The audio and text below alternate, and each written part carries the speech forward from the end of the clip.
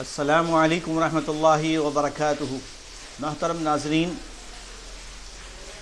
یقیناً بارش اللہ تعالیٰ کی رحمت ہے، اور اگر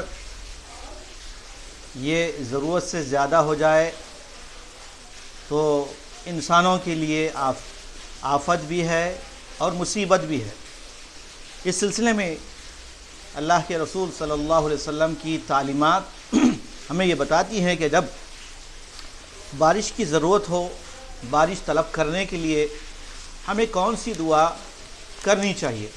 اللہ کے نبی صلی اللہ علیہ وسلم نے یہ دعا ہمیں سکھلائی ہے۔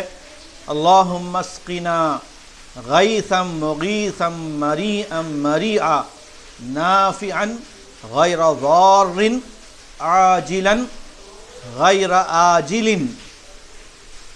یہ حدیث سنن ابو داؤد کی ہے اور سند صحیح ہے۔ اس دعا کا مطلب ہے، اے اللہ ہمیں ایسی بارش سے سیراب کر جو مددگار، خوشگوار، سرسبز و شاداب، نفع بخش، نقصان نہ دینے والی، جل برسنے والی اور دیر سے برسنے والی نہ ہو۔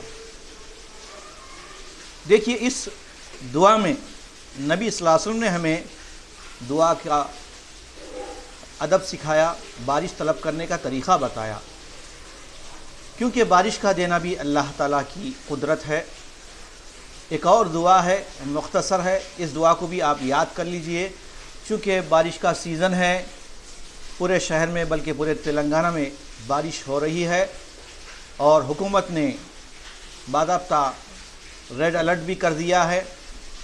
اس موقع پر ہمیں اللہ تعالیٰ کی طرف رجوع ہونا چاہیے، ہمیں اللہ تعالیٰ سے ڈرنا چاہیے۔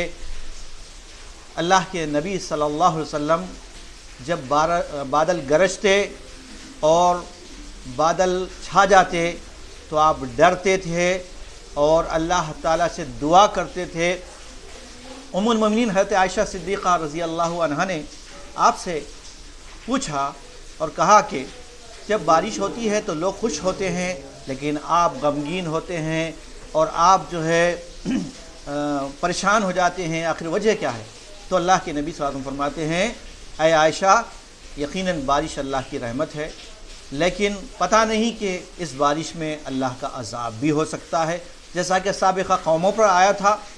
لہٰذا ہمیں ہر حال میں اللہ سے ڈرنا چاہیے، اور جب بارش نازل ہو رہی ہے تو اس وقت کیا دعا کریں؟ اس وقت یہ دعا کریں، صحیح بخاری کی حدیث ہے، اللہم صیبا نافعا، اللہم صیبا نافعا، اے اللہ نفع بخش بارش نازل فرما، نفع بخش بارش نازل فرما۔ اب بارش اترنے کے بعد، بارش نازل ہونے کے بعد کیا دعا کریں وہ بھی سکھایا اللہ کے نبی صلی اللہ علیہ وسلم نے، یہ بھی صحیح بخاری کی حدیث ہے۔ مطرنا بفضل اللہ ورحمتہ، مطرنا بفضل اللہ ورحمتہ، ہم پر اللہ کے فضل و رحمت سے بارش برسائی گئی۔ لوگ کہتے ہیں کہ فلاں کارتی کی وجہ سے بارش ہوئی ہے، یہ اسلام ہمیں نہیں سکھاتا۔ کسی ستاروں کی وجہ سے، کسی موسم کے بدلنے کی وجہ سے نہیں، ساری قدرت اللہ کے ہاتھ میں ہے، اللہ کے قبضے قدرت میں ہے۔ اور محکم موسمیات بتاتے ہیں کہ فلاں دن تک بارش ہوگی، لیکن ہم دیکھتے ہیں کہ بالکل اس کے اپوزٹ ہوتا ہے۔ جس علاقے میں بارش کے وہ پیشن گوئی دیتے ہیں یا قیاس آرائیاں کرتے ہیں، لیکن اس علاقے میں بارش نہیں ہوتی، اور جہاں پر ایسے محسوس ہوتا ہے کہ بارش نہیں ہونے والی ہے لیکن اچانک بارش ہو جاتی ہے۔ تو یہ سب چیز اللہ کی قدرت سے ہے، اس سے بڑھ کر کوئی نہیں ہے، لہٰذا اللہ کی ذات سے ڈریں۔ اب بارش جب ضرورت سے زیادہ ہو جائے تو اس وقت کیا کرنا چاہیے، کیا دعا کرنی چاہیے، یہ تینوں چیزیں میں آپ کو اپنے اس بیان میں سکھا رہا ہوں، بتا رہا ہوں۔ یہ بھی حدیث صحیح بخاری صحیح مسلم کی ہے۔